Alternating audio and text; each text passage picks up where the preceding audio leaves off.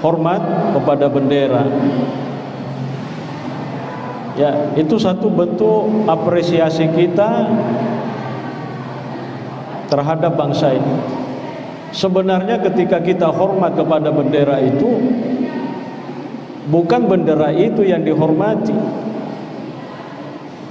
Ya, substansinya bukan bendera itu yang dihormati. Tetapi ketika menghormati bendera, substansinya itu adalah menghormati perjuangan di balik semua itu, sehingga kemudian ketika perjuangan itu berhasil, maka bendera itu bisa berkibar. Ya, yero isi tongan-tongan deh hargai. Apa dia itu namanya bawa bendera? Ya, jadi itu simbol. Dan itu satu bentuk pembelaan kita terhadap negara ini. Ketika kita hormat pada bendera, ya, dan tidak ada kaitannya hormat terhadap bendera itu dengan akidah, tidak ada kaitannya. Dalam arti akidah yang kita maksud di sini adalah bisa mengurangi nilai-nilai keimanan kita kepada Allah. Tidak ada hubungannya. Ya, misalnya ada orang mengatakan hormat sama bendera itu berarti sama dengan musyrik. Ya kan? Lah apa hubungannya hormat bendera sama dengan musyrik? Ya, ada orang yang kadang memahami seperti itu. Ada oknum yang memahami seperti itu. Dia tidak mau hormat terhadap bendera karena ketika hormat kepada bendera berarti memuliakan sesuatu selain daripada Allah. Ya, apakah memuliakan sesuatu selain daripada Allah musyrik? Hah? Tidaklah. Allah mengajari kita untuk memuliakan orang tua. Allah mengajari kita untuk memuliakan tamu.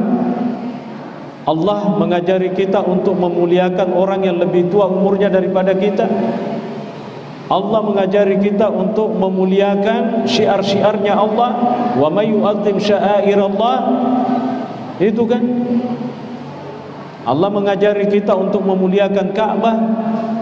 Allah mengajari kita untuk memuliakan Masjidil Haram. Allah menyuruh kita untuk memuliakan Madinah. Jadi bukan berarti bahwa semua bentuk pemuliaan selain daripada Allah itu adalah musyrik. Karena orang yang memuliakan orang tuanya itu berarti dia syirik. Dan tidak ada ulama yang mengatakan demikian. Itu sama dengan menghormati, menghargai ya bendera itu. Tidak ada konsep menghormati, menghargai bendera itu sama dengan syirik. Apa buktinya Bapak Ibu sekalian? Menghormati bendera bukan sama dengan menyembah bendera. Ya, tidak bisa dianalogikan. Nabi SAW, Bapak Ibu sekalian, di dalam beberapa hadis itu disebutkan, ketika beliau hidup di Madinah, setiap kali Nabi SAW itu keluar dari kota Madinah, dia keluar kota ceritanya. Ya, biasanya Nabi kalau keluar kota, dia mungkin mengendarai kuda atau mengendarai onta. Ya, apa yang terjadi setiap Nabi itu keluar meninggalkan kota Madinah, keluar kota ya. Setiap Nabi kembali dari perjalanannya, itu disebutkan di dalam hadis, kalau Nabi itu sudah pulang, kembali mau masuk ke kota Madinah, ketika Nabi melihat bangunan-bangunan Madinah dari kejauhan, maka Nabi SAW itu pasti menghentikan sejenak kudanya. Napalepangi cinampo iro aganda senaro inyarena Yari ka kumakadaki onta na pake na palipangi cinampo onta na. Ya ko misalnya Makawi ini na tiro-tiro puli mabelan ni ro kampung na Madinah na sabab puli sa liwang kung naita ni bangunan na tapa na palipa cinampo onta na palipa cinampo inyaran na aga nabigaw Nabi sallallahu alaihi wasallam dia hormat dulu kepada Madinah, memberikan penghormatan kepada Madinah sejenak, barulah setelah itu dia melanjutkan perjalanannya masuk ke dalam kota Madinah. Itu satu bentuk penghormatan dari Nabi sallallahu alaihi wasallam. Engkau Madinah nasi polo. Ya kalau dulu Madinah itu kan disebut dengan Yathrib, atau Tuba, Tiba, bukan Tuba, Tiba. Jadi Yerusalem dan Madinah riolo ritalla Yathrib, kadar ritalla tu Tiba. Monri Madinah Makkah dan tawi Madinah.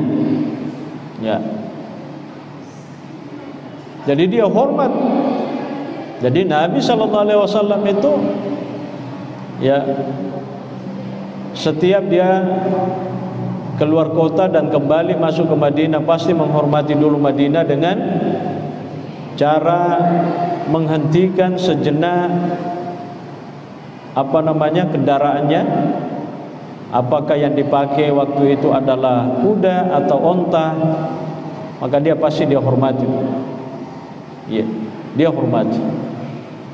Ini sebagai satu bentuk pembelaan terhadap tanah air.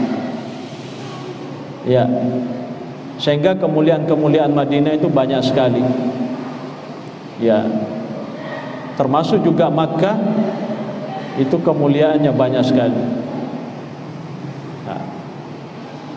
Selanjutnya Bapak Ibu sekalian, satu bentuk pembelaan negara, seperti yang saya sampaikan, adalah menghormati simbol-simbol negara itu. Jadi kayak bendera itu dihormati untuk mengenang betapa perjuangan yang telah dilakukan oleh para pendahulu-pendahulu kita itu luar biasa. Kalau itu mau dibayar, saya kira kita tidak mampu itu. Karena yang mereka korbankan bukan hanya materi, tapi jiwa raganya juga dikorbankan. Adega gemulin maja yurun umatkuar. Kalau dalam bentuk materi yang kita membayarkan, mungkin ada jalannya. Tapi kalau jiwa raganya yang mau dibayar, apa yang bisa kita tebuskan? Tidak bisa, tidak ada. Jadi kita hanya mendoakan sajalah. Kalau dalam bahasa Nabi sallallahu alaihi wasallam itu dikatakan, siapa saja yang telah berbuat baik kepadamu, maka balaslah kebajikannya itu. Kalau kamu tidak mampu membalasnya, paling tidak doakanlah dia.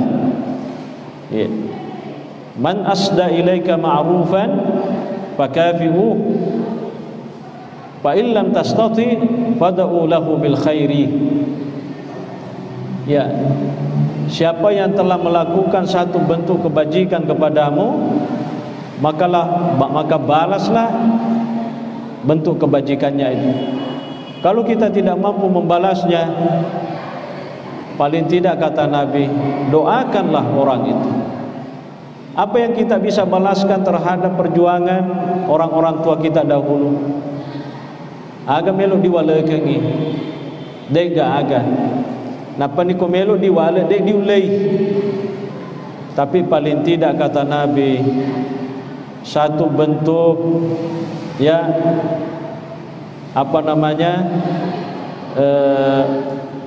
terima kasih kita kepada para pejuang-pejuang itu, kita doakan.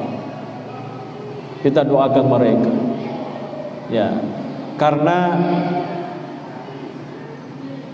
dengan perjuangan-perjuangan mereka, ya, bisa kita menikmati hidup seperti sekarang. Itu tidak bisa kita pungkiri.